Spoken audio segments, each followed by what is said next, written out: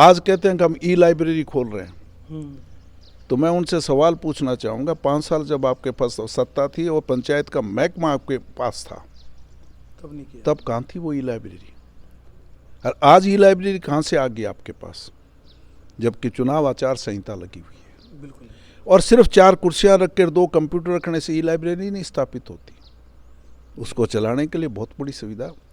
सिर्फ गुमराह करने का काम, बहकाने का काम, इन्होंने ज़िंदगी में एक ही काम किया, जनता को बहकाने का, गुमराह। क्योंकि ये कहा करते हैं कि ये हल्का हमारा परिवार है, हम तो इनका सामाजिक रिश्ते हैं। और इस हल्के ने अजय को एमएलए बनाया, नैना को एमएलए बनाया। और जब 5 साल वक्त था, इनके पास सत्ता की चाबी थी, 11 महकमे थे, इस परिवार को कभी संभाला नहीं। और हालात ये हो गए, अपना ही परिवार छोड़ के कोई उचाना चला गया, कोई बाढ़ड़ा चला गया।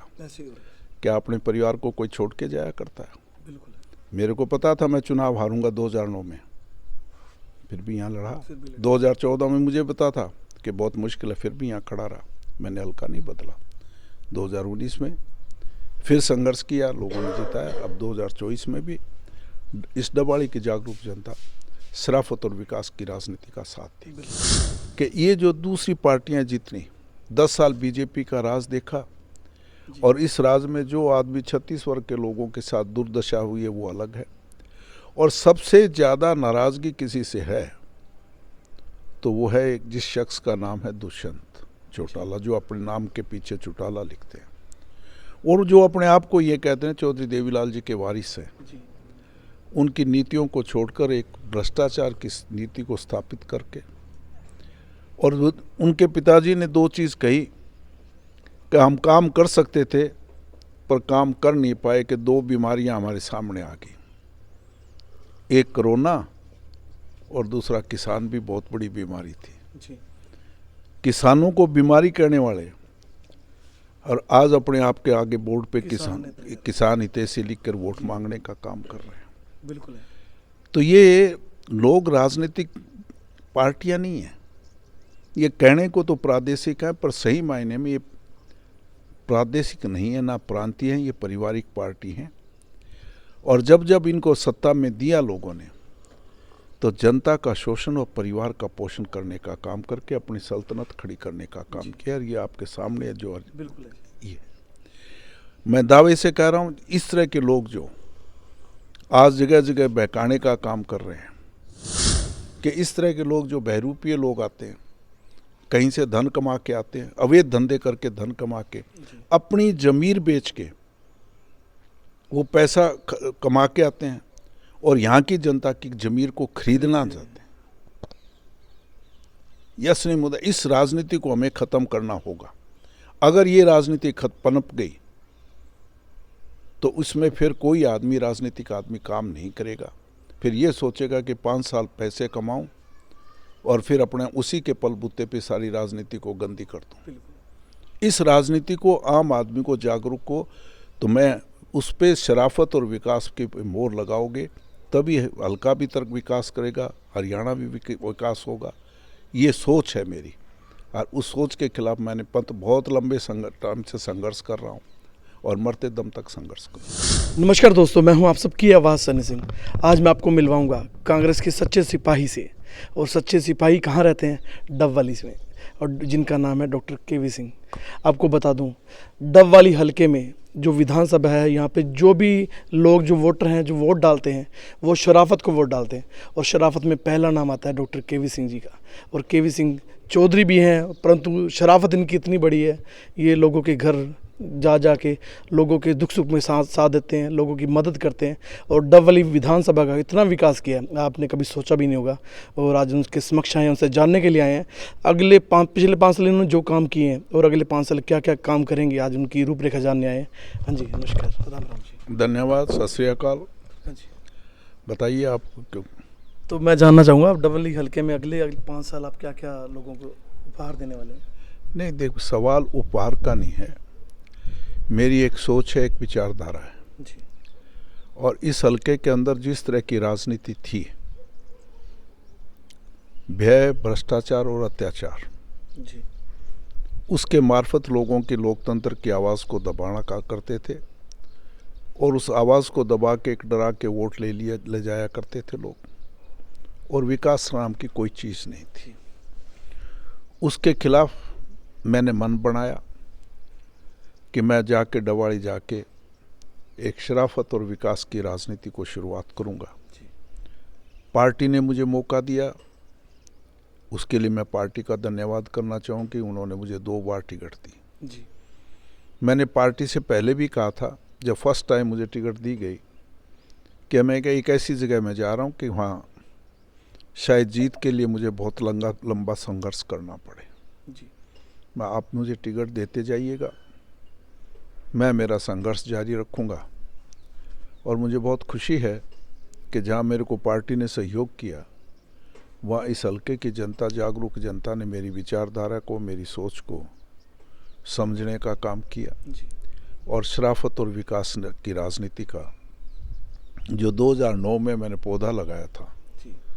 वो पौधा आज फल देने को तैयार है। बिल्कुल। हर हालत में। पहला चुनाव मैं लड़ा 2009 में, तो दूसरे लोग ये कहा करते थे कि जी आपका कोई बूथ एजेंट नहीं बनेगा, झंडा नहीं पकड़ेगा, इतना डर है इनका। एक आंतक था, पर इस डवाड़ी की जनता का मैं ऋणी हूँ कि उन्होंने पहले ही चुनाव में मुझे 53,000 वोट देकर हरियाणा की कांग्रेस पार्टी के अंदर मुझे 7वें नंबर पे खड़ा कर दिया। चुनाव में हार गया, पर जितने 90 सीट हमारी थी, पर पार्टी में मैं 7वें नंबर पे ला के खड़ा कर दिया।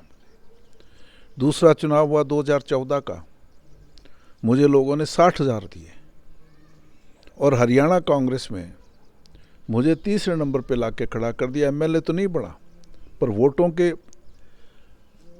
नंबर के हिसाब से और प्रतिशत के हिसाब से भी मुझे 3रे नंबर पे ला के खड़ा किया। मेरे से 2 शख्स के ज़्यादा वोट थे। एक तो मेरे आदरणीय नेता चौधरी भूपेंद्र सिंह हुड्डा, एक रणदीप सिंह सुरजेवाला, दोनों बहुत बड़े नेता घराने हैं। मेरे को वहाँ ला के खड़ा किया। 2019 में पार्टी ने मुझे मौका न दे के मेरे बेटे अमित शाह को युवा के कोटे में उसको मौका दिया, और फिर लोगों ने मेरा हौसला बढ़ाया, 67,000 वोट दिए और 16,000 से वोटों से जिताने का काम किया। और अमित ने भी पिछले 5 साल जनता की आवाज़ बनकर, विपक्ष की अपनी डवाड़ी की आवाज़ बनकर डवाड़ी को पहचान देने का काम किया। नहीं तो पहले डवाड़ी को नहीं जानते थे लोग, ये सोचते शायद हल्के का नाम ही चौटाला है। जी। क्यों अजय चौटाला, नैना चौटाला, डवाड़ी हल्के की पहचान थी। जी। और एक आवाज़ को बुलंद किया, और बुलंद करके चाहे नशे के खिलाफ, जवानी बचाओ, किसानी बचाओ को मुद्दे को लेकर हमने 5 साल में विपक्ष की सही भूमिका निभाने का काम किया है। और उसका सबूत है कि अमित को सर्वश्रेष्ठ विधायक का भी इनाम मिला। और उस इनाम देने वाली कमेटी के 6 मेंबर हैं, जिसमें मुख्यमंत्री ji Manohar Lal Khattar, deputy chief minister Dushyant Chautala, speaker Gyanchand Gupta, deputy speaker यहाँ से आपके नलवा से, पार्लियामेंट स्पीकर गुजर साहब, हमारी पार्टी के तो एक शख्स से चौधरी भूपेंद्र सिंह हुड्डा, 6 मेंबरों ने फैसला किया। तो मेरा कहने का मतलब, हमने कोशिश की है, जनता ने जो हमें मान सम्मान दिया, जो जिम्मेवारी दी, उनकी आशाओं और आकांक्षाओं पे खरा। और उसके बाद उसका सबूत है कि 2024 के पार्लियामेंट चुनाव के अंदर बहन कुमारी शैलजा जी यहाँ लड़ी, और लोगों ने उस 63 को 74 पे पहुँचाने का काम किया। ये एक संयोग कह लें या मेरे लिए लक्की कहें, 7 नंबर 53 से शुरू किया, 53 से 60, 60 से 67, 67 से 74, और मुझे पूरा भरोसा है कि इस विधानसभा में 74 से 81 पे आऊँगा। तो ये मेरी उसमें डवाड़ी हल्के के लोगों ने मन बना लिया है कि ये जो दूसरी पार्टियां जितनी 10 साल बीजेपी का राज देखा, और इस राज में जो आदमी 36 वर्ग के लोगों के साथ दुर्दशा हुई है वो अलग है। और सबसे ज़्यादा नाराज़गी किसी से है तो वो है जिस शख्स का नाम है दुष्यंत चौटाला, जो अपने नाम के पीछे चौटाला लिखते हैं, और जो अपने आप को ये कहते हैं चौधरी देवीलाल जी के वारिस हैं। उनकी नीतियों को छोड़कर एक भ्रष्टाचार की नीति को स्थापित करके, और उनके पिताजी ने दो चीज़ कही कि हम काम कर सकते थे पर काम कर नहीं पाए कि दो बीमारियां हमारे सामने आ गई, एक कोरोना और दूसरा किसान भी बहुत बड़ी बीमारी थी जी। किसानों को बीमारी कहने वाले और आज अपने आप के आगे बोर्ड पे किसान हितैषी लिखकर वोट मांगने का काम कर रहे हैं। बिल्कुल है। तो ये लोग राजनीतिक पार्टियां नहीं हैं, ये कहने को तो प्रादेशिक है पर सही मायने में ये प्रादेशिक नहीं है, ना प्रांतीय है, ये पारिवारिक पार्टी है। और जब जब इनको सत्ता में दिया लोगों ने तो जनता का शोषण और परिवार का पोषण करने का काम करके अपनी सल्तनत खड़ी करने का काम किया। और ये आपके सामने है जो बिल्कुल है। ये मैं दावे से कह रहा हूँ, इस तरह के लोग जो आज जगह जगह बहकाने का काम कर रहे हैं। एक यहाँ ये बेल्ट है हमारी जो राजस्थान के साथ लगती है, ख़ासतौर से राजस्थान से कुछ छोटे व्यापारी आते हैं ट्रैक्टर ट्राली लेके और सब्जियां बेचने का काम करते हैं। प्याज ले लो, लहसुन ले लो, इस तरह के स्पीकर ला के आवाज़ देते हैं। आज ये जो जननायक पार्टी है, गांव गांव में जैसे दिग्विजय सिंह जी हैं जो घूम रहे हैं, वो उसी तरीके से आवाज़ देते फिर रहे हैं। किट ले लो, मुड्डे ले लो, गौशाला के लिए 5 लाख ले लो, धर्मशाला के लिए 5 लाख ले लो, मतलब 10 मुड्डे देकर गांव खरीदने को चले। लोगों से कहा 10 मुड्डे ले लो, अपने 10 मुड्डे देकर विधानसभा की कुर्सी पक्की करना चाहते हैं। बिल्कुल। आज कहते हैं कि हम ई-लाइब्रेरी खोल रहे हैं। तो मैं उनसे सवाल पूछना चाहूँगा, 5 साल जब आपके पास सत्ता थी और पंचायत का महकमा आपके पास था, तब नहीं किया। तब कहाँ थी वो ई-लाइब्रेरी? और आज ई-लाइब्रेरी कहाँ से आ गई आपके पास, जबकि चुनाव आचार संहिता लगी हुई है। बिल्कुल।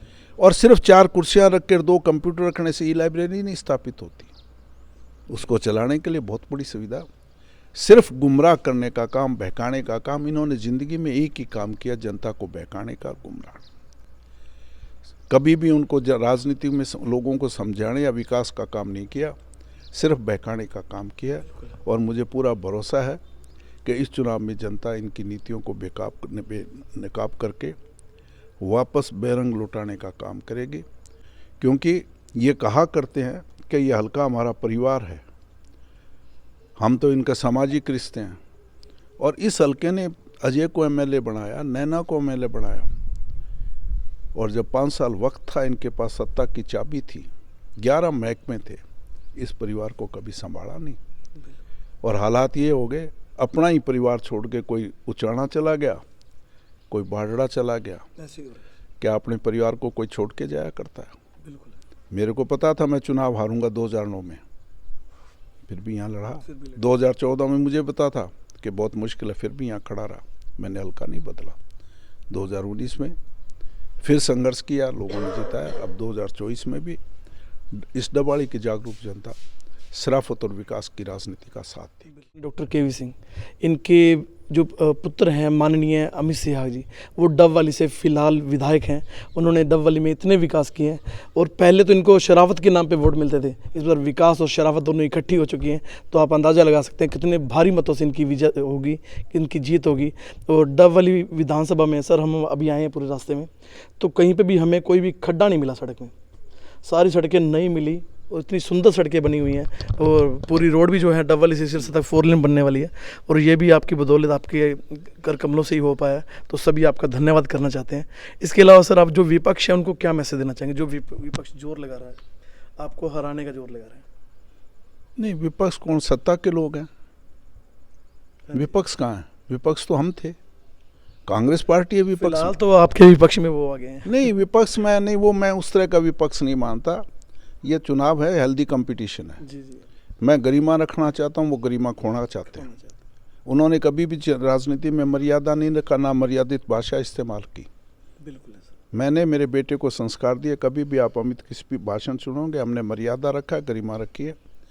और मर्यादा और गरिमा को नहीं, वो विपक्ष में हम रहे हैं 5 साल विपक्ष में, और विपक्ष की आवाज़ बने हैं। पहली बार एहसास हुआ है डवाड़ी के लोगों को कि कोई आपका विधायक है जो आपकी आवाज़ को बुलंद कर रहा है। ये तो सत्ता में थे, ये तो बीजेपी और जजपा, ये जो गठबंधन टूटा है जी। इसको तोड़ने के लिए भी एक समझौता हुआ है। अच्छा। ये साजिश है, टूटा नहीं है। ये तो सिर्फ इसलिए इनको भेजा गया है बाहर कि आप जाओ, बाहर जाओ, अलग से चुनाव लड़ो और जो एंटी बीजेपी वोट हैं उसका बंटवारा करो और किसानों के वोट तोड़ने का काम करो ताकि कांग्रेस को नुकसान हो और बीजेपी को फायदा हो। ये मिली भगत है। ये आज अगर पहली बात तो खाता ही नहीं खुलेगा इस बार। अगर कुछ ऐसी हो जाए, जीत जाए, तो दूसरे दिन ये जाके बीजेपी से हाथ मिला। कांग्रेस तो इनसे हाथ ही नहीं मिलाए। जी। हमारे लिए तो अछूत है ही, हम हाथ ना मिलाएं, बात ना करें इनसे। तो ये एक समझौता है इनका, साजिश के साथ ये गठबंधन तोड़ा है। मेरा कहने का मतलब गठबंधन तोड़ने का भी एक समझौता हुआ है, एक साजिश के साथ ये गठबंधन। तो लोगों को मूर्ख बनाया जा रहा है। यस, बहकाने के लिए अंदर खाने एक है।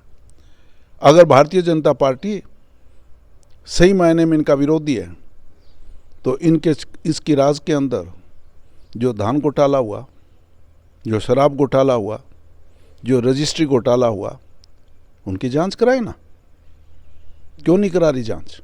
अभी तक नहीं हो पा रहा। हाँ, तो क्यों नहीं जांच करा रही? और विधानसभा में इतनी बार उठाया, विधानसभा में इनके विधायकों ने इन पे लांछन लगाए थे। सर, कोरोना काल में जहाँ कोई मंदिर भी नहीं खुला था वहाँ दारू के ठेके खुले थे। मैं ये तो कह रहा हूँ, इसके लिए कितना बड़ा कांड हुआ, इतना बड़ा घोटाला है।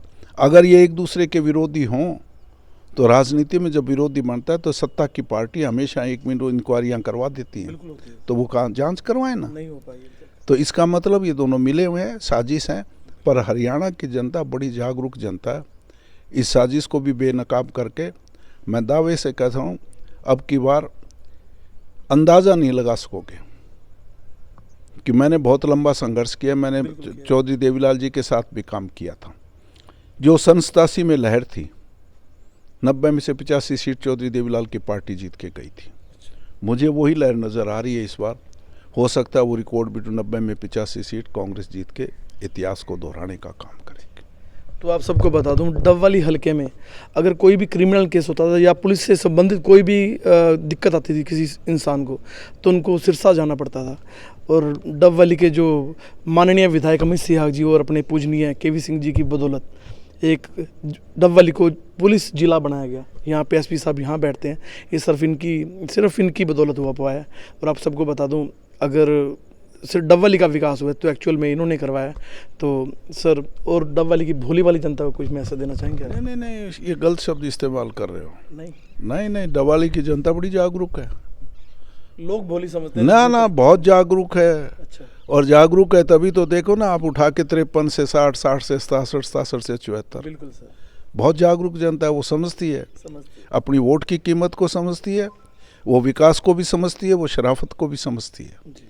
और जो इस तरह के बहकाने वाले लोग हैं उनको भी अच्छी तरीके से समझती है।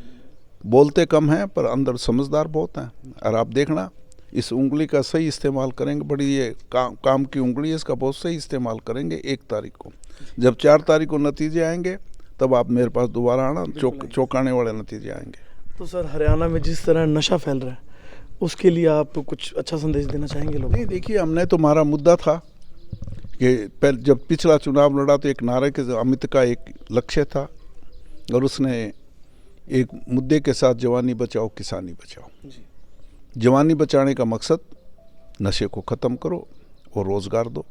किसानी का बचाने का मतलब किसान को पानी मिले। पानी देने के 3 रूप हैं, या तो भगवान या वाहिगुरु बरसे, या नहर से आए, या ट्यूबवेल से आए। और उसके लिए मैंने आधारशिला में रख गया था। तो 2009 से लेके 1433 केवी के बिजली घर बना के गया था। 2 बड़े बिजली घर, 440 का, 200 का, 220 का, नुइयावाड़ी और चोरबार। और उसी कड़ी में मैंने यहाँ कालवाड़ा खरीफ चैनल भी मंजूर की थी, रत्ताखेड़ा खरीफ चैनल मंजूर की, नाली का पानी यहाँ लेके आए। तो उसी के मुद्दे को लेके हमने अमित ने संघर्ष किया। रत्ताखेड़ा भी मैंने मेरे वक्त मन गई, कालवाड़ा हमने नींव पत्थर रखा था। हमारी बदकिस्मती है कि सरकार ने उसको रद्द कर दिया। तो अमित ने मेरे का नशे के लिए और उसी कड़ी में कदम उठाते पुलिस जिला मुख्यालय बनाया कि ताकि कुछ अंकुश लगे। बिल्कुल।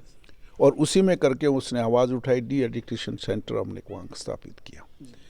हमारी को मौका देगी जनता तो हम इस पे अंकुश लगाएंगे, इसको बाकायदा 6 महीने के अंदर इस नशे को यहाँ से ख़त्म करके, पर सिर्फ अंकुश उससे कानून व्यवस्था से नहीं कि बच्चों को, पढ़े लिखों को रोज़गार जब तक नहीं दोगे आप, बेरोज़गारी जहाँ कानून व्यवस्था चरमरा जाती है उसके साथ साथ आपको बेरोज़गारी भी एक बहुत बड़ा कारण है नशे का। बिल्कुल। तो उसके लिए कुछ ना कुछ आपको सोचना पड़ेगा, रोज़गार पैदा करने पड़ेंगे। सिर्फ सरकारी नौकरियों से बेरोज़गारी कभी ख़त्म नहीं हुआ करती। ये सरकार भी दावे कर रही है कि 10 साल में हमने नौकरियाँ दी, 1.25 लाख नौकरियां दे दी। मान लिया 1 मिनट उनके आंकड़े को, 12 से लेके 15 लाख बच्चे आए साल +2 कर रहे हैं, और आपने 10 साल में 1.25 लाख नौकरी दी है, तो 1 साल में कितनी आई? बिल्कुल सर, 12,000। वो भी भर्तियां कैंसिल होगी नहीं, वो 12,000 ही आई ना। तो 12,000 साल में अगर सरकारी नौकरी दे के आप बेरोजगारी कैसे खत्म करोगे? बिल्कुल सर। आखिर आपको औद्योगिकरण करना पड़ेगा, सेल्फ एम्प्लॉयमेंट के लिए आपको कुछ करना पड़ेगा, पर उसमें एक विज़न ज़रूरी है। उसमें इस सरकार के पास वो विज़न नहीं आया और उसके कारण ये हालात। और दूसरा, एजुकेशन पे भी हमें बहुत बड़ा तवज्जो देना पड़ेगा। सिर्फ स्कूल से, उसके साथ जहाँ क्वांटिटी है उसके क्वालिटी ज़रूरी है। क्वालिटी ऑफ एजुकेशन, एक कंपटीशन का युग आ गया। अब अगर आप थोड़ा सा सर्वे करें, गुड़गांव जाएं, आज गुड़गांव के अंदर कम से कम 22 या 25 लाख बच्चे जो आपके आईटी सेक्टर में या इनमें दूसरे MNC में काम कर रहे हैं। आप थोड़ा सा ये पता करें ना, उसमें कितने % हरियाणा के लोग हैं। ज़मीन हमारी, पानी हमारा, बिजली हमारी, सड़क हमारी, सुविधा हम सारी हम दे रहे हैं, पर रोज़गार हमारे बच्चों को नहीं मिला। वो सारे बाहर के आके लोग आगे। मैं कोई देश के खिलाफ नहीं हूँ, पर कम से कम हमें धरती पुत्र को भी हक मिलना चाहिए ना। वो कारण क्या है? क्वालिटी ऑफ एजुकेशन नहीं है, उसको भी हमें बढ़ाना पड़ेगा। और इस सरकार के क्वालिटी ऑफ एजुकेशन लेके कैसे आएंगी? आप थोड़ा पता करिए, स्कूलों में टीचर ही नहीं है, भर्तियाँ नहीं कर पा रहे आप। उसमें जो हरियाणा कौशल विकास निगम से आप भर्ती कर रहे हो, उन बच्चों को आप, उन मास्टरों को तनख्वाह भी नहीं दे रहे। आधी तनख्वाह मिल रही है और उस पर भी आप 18% GST लगा रहे हो। तनख्वाह आधी, मुलाजम कच्चा, GST 18%, फिर पक्के मुलाजमों में क्यों नहीं लगाया आपने? तो मतलब एक बहुत अजीब सी स्थिति इस हरियाणा में 10 साल में BJP ने पैदा की। इसमें एक बहुत, इसका पूरा एक ओवरहालिंग जो है इस हरियाणा की पॉलिसी का, एजुकेशन का, हेल्थ का, इंडस्ट्रियलाइजेशन का, एम्प्लॉयमेंट का करना पड़ेगा। और आज लोगों को थोड़ा बहुत राजनीतिक लोगों से भी विश्वास उठ गया है। वो ये कहते हैं, आते हैं जी, वोट ले जाते हैं, 5 साल बाद फिर कुछ करते नहीं। ऐसे ही होता है। एक पार्टी आ गई, फिर दूसरे बार दूसरी पार्टी आ गई। हमारी सोच है इस बार कि कांग्रेस के हम कुछ इसमें कर। मैं यहाँ समझाता हूँ लोगों को, ये समझना होगा हमें कि इस तरह के लोग जो बहरूपीय लोग आते हैं, कहीं से धन कमा के आते हैं, अवैध धंधे करके धन कमा के, अपनी ज़मीर बेच के वो पैसा कमा के आते हैं और यहाँ की जनता की ज़मीर को खरीदना चाहते हैं। यस नहीं मुद्दा, इस राजनीति को हमें ख़त्म करना होगा। अगर ये राजनीति पनप गई तो उसमें फिर कोई आदमी, राजनीतिक आदमी काम नहीं करेगा। फिर ये सोचेगा कि 5 साल पैसे कमाऊं और फिर अपने उसी के पलबूते पे सारी राजनीति को गंदी कर दूं। इस राजनीति को, आम आदमी को जागरूक को, तो मैं उस पर शराफत और विकास की मोहर लगाओगे तभी हल्का भी तर्क विकास करेगा, हरियाणा भी विकास होगा। ये सोच है मेरी, और उस सोच के खिलाफ मैंने बहुत लंबे टाइम से संघर्ष कर रहा हूँ और मरते दम तक संघर्ष करूँगा इसके। तो हमारे पूजनीय डॉक्टर KV सिंह जी के विचारों से आपको पता लग गया होगा डब वाली विधानसभा में इनको शराफत और विकास के नाम पे वोट क्यों मिल रहे हैं।